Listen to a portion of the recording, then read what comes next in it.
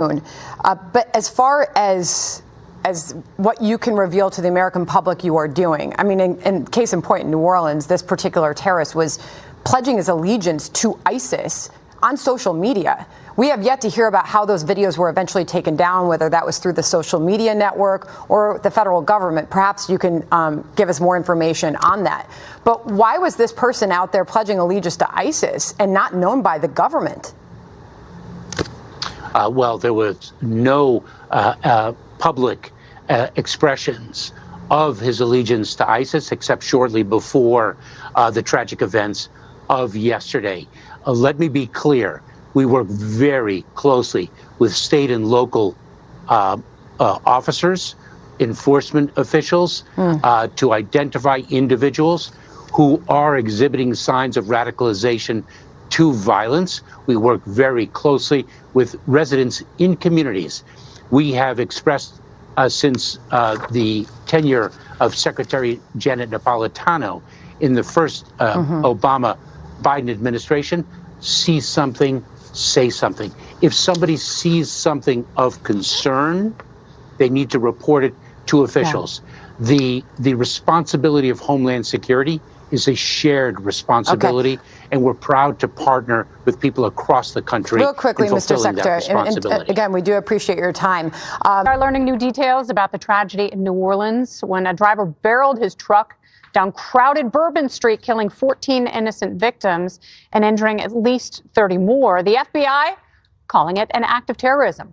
Let's go to Garrett Tenney, who is standing by in New Orleans with the very latest. Garrett.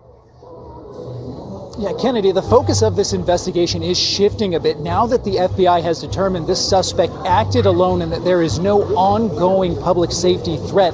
Investigators are now digging into how and when this suspect became radicalized. We have learned that in the hours leading up to the attack, Shaddam Sadine Jabbar posted 5 videos to Facebook where he said he joined ISIS before last summer and revealed that his original plan was to hurt his family and friends. But he was worried that that kind of attack wouldn't generate news headlines on the, quote, war between the believers and the disbelievers. Up until today, officials said they were very confident that other people were involved in this attack and they were actively looking for accomplices. Today, here is how they explained this big change in their investigation.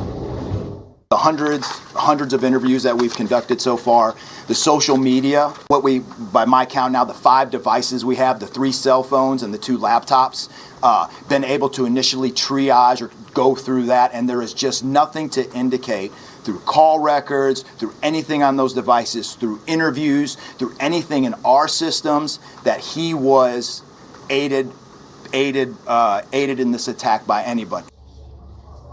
Also today, just a couple of miles from here, agents from the FBI and ATF were searching an Airbnb where the suspect was staying. There was a fire yesterday morning after the attack at that home, and investigators found explosive materials inside, which they believe were used to make IEDs. Back here on Bourbon Street, you can see officials have reopened this area, and when we got here just a couple of hours ago, there were spots along this road that were still wet from the city coming in and cleaning up the areas where bodies were lying 36 hours ago after this horrific attack. Kennedy?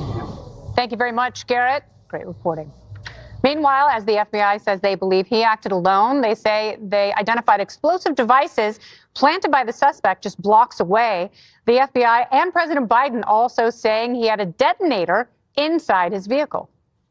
FBI bomb technicians also recovered 2 IEDs in coolers, one from the cross-section of Bourbon and Orleans Street, and the second at an intersection approximately 2 blocks away. We did obtain surveillance footage showing Jabbar placing the devices where they were found. We have experienced so much terror as a nation, Judge, and, some of this, it's difficult to wrap your head around, but it has exposed soft targets, which are softer than baby lotion and Drake's words, but it also exposes something about the FBI. Welcome back to you. What are your first thoughts? Well, you know, I haven't been here for a few days, so Happy New Year, everybody. I'm thrilled to be back. First of all, my sympathies and my condolences go to the families of those who were lost and injured in this. My kudos goes to the police officers who went after this dirtbag who was driving the truck. And I'm talking about New Orleans. But I have to tell you, the press conference that I watched yesterday, it was the first thing that I watched, was a disaster. I've never seen anything as bad as this in 32 years in law enforcement. Number one, no one was in charge. Everyone was competing to talk. Everyone was talking too long, and they gave too many answers. They were not on top of their game. The mayor said they had a plan, and the terrorists defeated it. Ann Kirkpatrick, is the superintendent of police, says, we've proved time and time again we can handle large crowds. And the FBI, the person who spoke for the FBI, said, we're taking the lead, and this was not a terrorist event.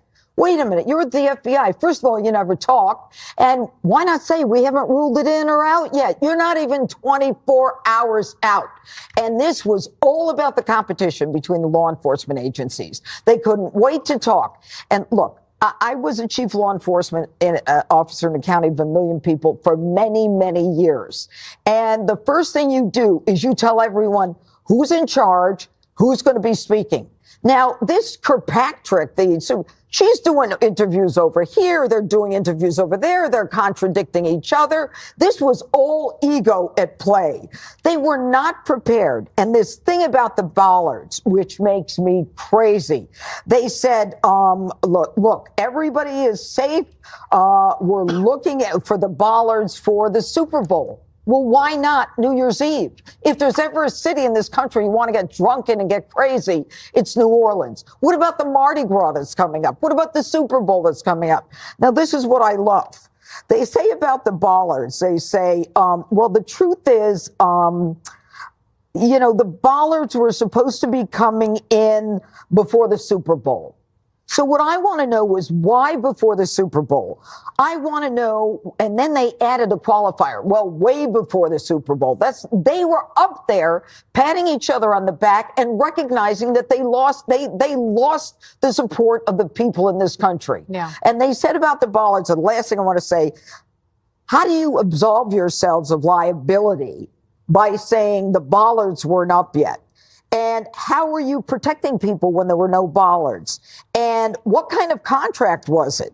Was it a no-bid contract? Remember, this is New Orleans. What was the date of the completion of that contract? What date was it required by?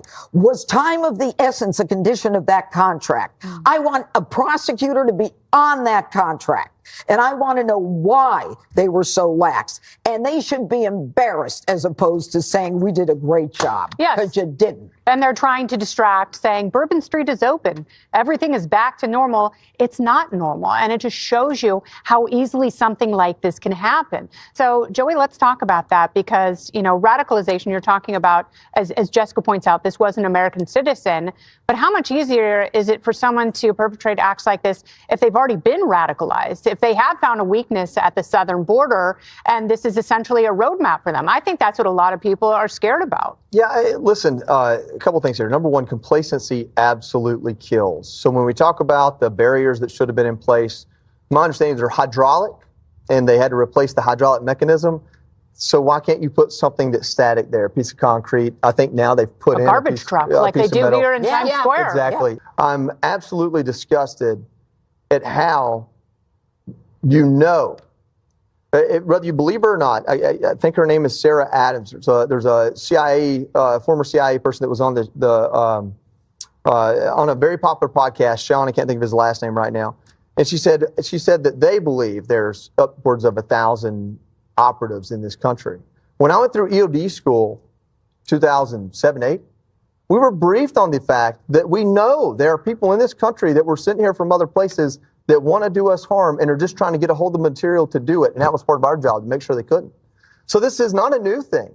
This is a thing that our government should always have their eye on. And I don't know that they didn't, but God Almighty, maybe spend less time banning Pete Hegseth from guarding the inauguration in 2020 and spend more time looking for people who have absolutely gotten radicalized or at least gone crazy while on the DOD payroll. Yeah.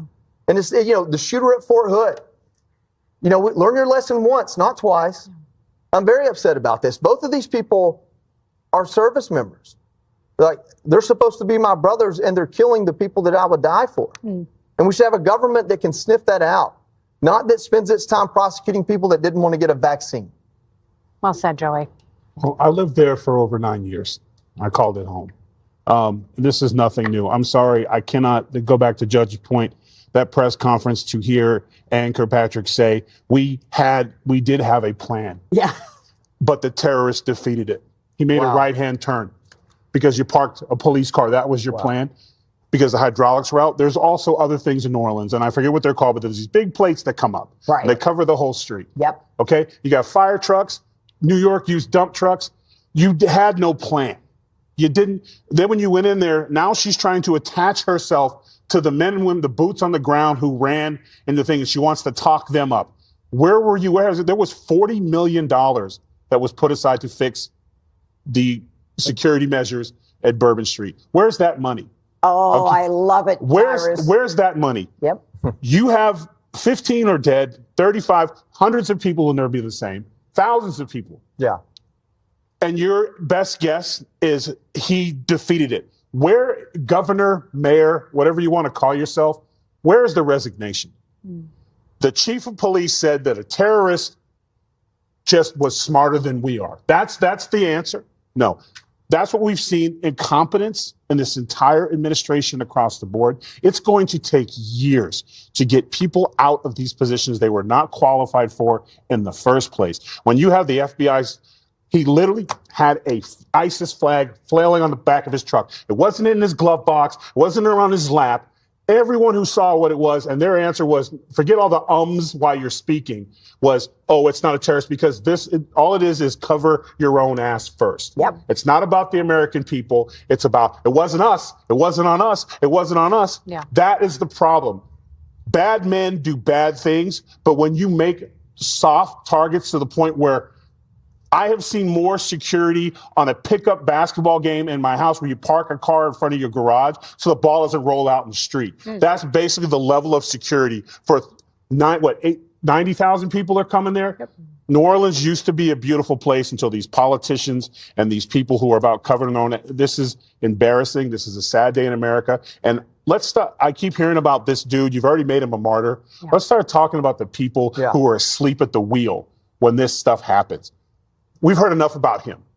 Let's start. What were you doing? What was your plan? Explain yourself, because there are people that they will be scraping up remains for months. People will see the streets. You're never going to get this blood off the streets. And the blood is on the hand of these politicians who said, quote, the terrorists defeated it. It's the saddest day I've seen in America in a long time.